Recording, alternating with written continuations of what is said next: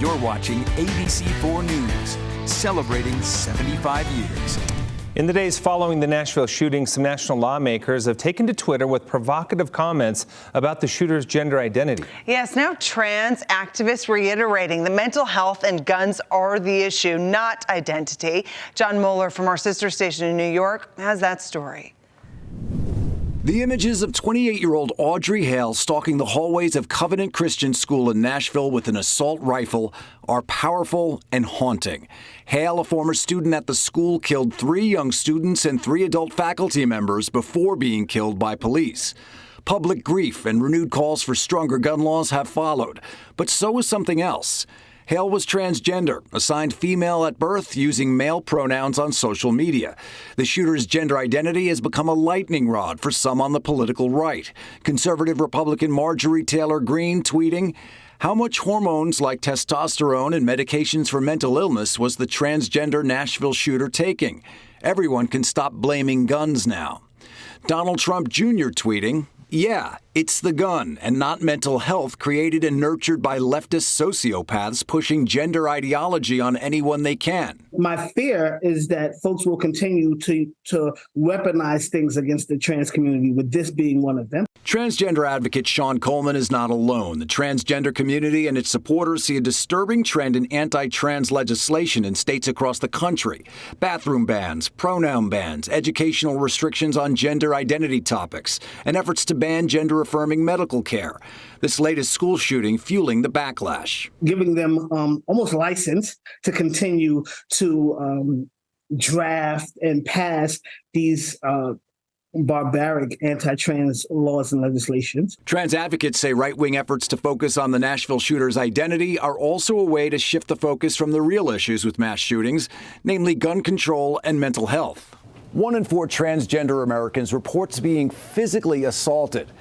Activists worry that anti-trans rhetoric will only increase the violence and discrimination. John Mueller, Pix 11 News. All right, thank you, John. Well, in a weather alert now, it might be hard to believe, but it's starting to feel and look like spring in some parts of the country. These are the cherry blossom trees in full bloom at Fort McHenry National Monument in Baltimore, Maryland. And an interesting fact, this park is famous for inspiring the Star-Spangled Banner. So you can check out these blue skies and the beautiful spring flowers blooming there. Meanwhile, in Utah, we're wondering if spring will ever come. I mean, they might start to bloom someday. I actually have some blooms that are They're blooming. They're blooming. Right. It waits on no one. Yes, they are confused, but so are we all, right? I mean, we're dealing with winter storms as we roll through spring. Another one impacting the state right now. Live look from daybreak. Yeah, we've got cloud cover out there and soggy conditions now filling in, the cold front approaching, and that's going to change things up. Storm tracker radar sweeping the area, and you can see heavier rain just north of the Great Salt Lake coming in from the northwestern corner of the state. And now that wet weather and the winds continue along the Wasatch Front. We are going to see valley rain and mountain snow, and that is going to impact us as we get through the next several hours. Southern Utah towards Cedar City and St. George tapping into a little bit of moisture. Live view of Cedar City, 52 degrees with cloud cover out there, clocking some serious winds down there in Iron County where that wind advisory is in effect, 51 mile per hour. Look at Milford, Delta. Salt Lake, though, with a 45 mile per hour gust, Wendover, very gusty, so conditions over I-80 less than pleasant. As we take a look, the satellite radar shows that cold front moving into the state, the cloud cover kind of breaking up, but now we get the moisture,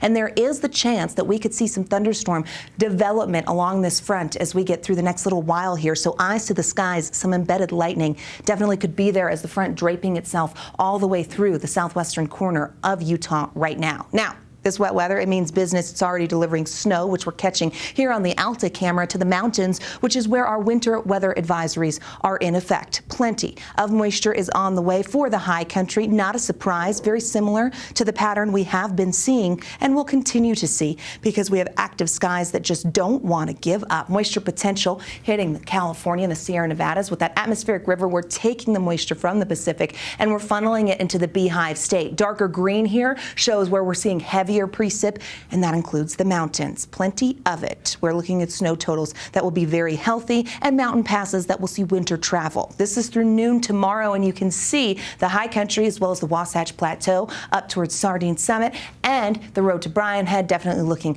like we could see some snow-covered conditions, road slush in other areas as temperatures will get colder following the front. Futurecast walks us through what to expect here.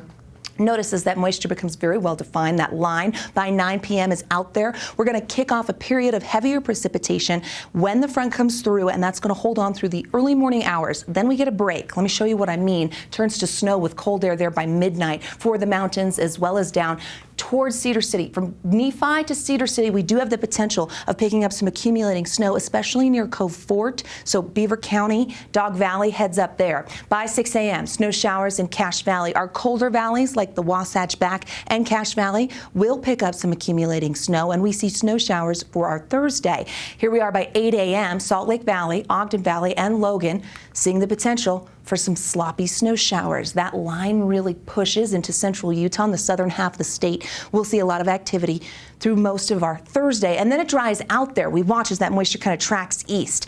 Another disturbance as we roll Thursday into Friday, and here it comes. The Friday morning commute, we want to give you the warning, has the potential with northwest flow to deal with some sloppy, snowy conditions. So you heard it there. The storm exits. We quiet down for the weekend. How much is coming? Let's zoom in, take a look. We know 1 to 2 feet in the cottonwoods. Generally speaking, 1 to 2 inches for the mountain valleys and our valleys in the Wasatch Front area, 4 to 8 there in southern Utah towards Kanab as well as over the I-15 corridor. So we're going to see what precipitation type does, but we'll dance a little bit. 30s and 40s, colder air following the front, drastic drop in temps, 50s in the Four Corners and in St. George. Taking a look at the next 7 here, you're going to see drier conditions by Friday, another storm as we head into early next week. We're going to stay below average when it comes to those temps for the Wasatch Front, 40s turning to 50s, but active skies ahead. Late Sunday and into Monday, we get another storm. So the break days, actually, I called in a favor and said, hey, how about a Saturday and Sunday where we don't have soggy conditions? So I'm going to do that, but by late Tips Sunday. for Alana. Yeah, I'll take them right here, right here. We'll even be more than 20%. Yeah, thank you. Oh, generous. You hear Tipper that? over there, big tipper. Thanks a lot.